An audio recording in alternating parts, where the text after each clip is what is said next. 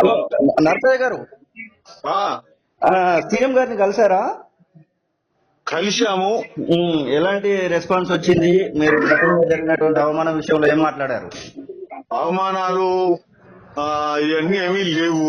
ఉమ్, కాగితం తీసుకున్నాడు, నేను మీటింగ్ ఏర్పాటు చేస్తా అని చెప్పి ఉత్తమ్ కుమార్ రెడ్డి కూడా చెప్పిండు.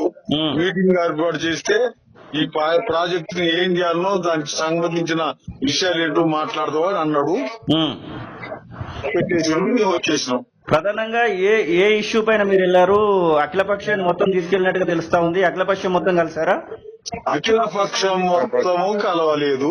ఉమ్, అందరినీ బయట పెట్టిండు, నన్ను ఒక్కనే లోపలికి పిలిచిండు. ఉమ్. అంతే. ఇంకా మీరు ఇచ్చినటువంటి ప్రాజెక్టుకు సంబంధించింది ఆ డీటెయిల్స్ ఏమైనా చెప్పండి. ఏ ప్రాజెక్ట్ పైన మీరు కలిసారు అసలు?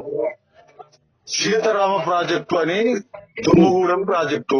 ఉమ్, దాని రాజశేఖర రెడ్డి గారు ఒక పేరు పెడితే కేసీఆర్ గారు వచ్చి ఒక పేరు పెట్టిండు. ఉమ్. ఆ పేరు పెట్టిన ప్రాజెక్టు నీళ్లు ఇల్లెందుకు ఫస్ట్ ఇల్లు ఎందుకు రావాలి, ఓకే.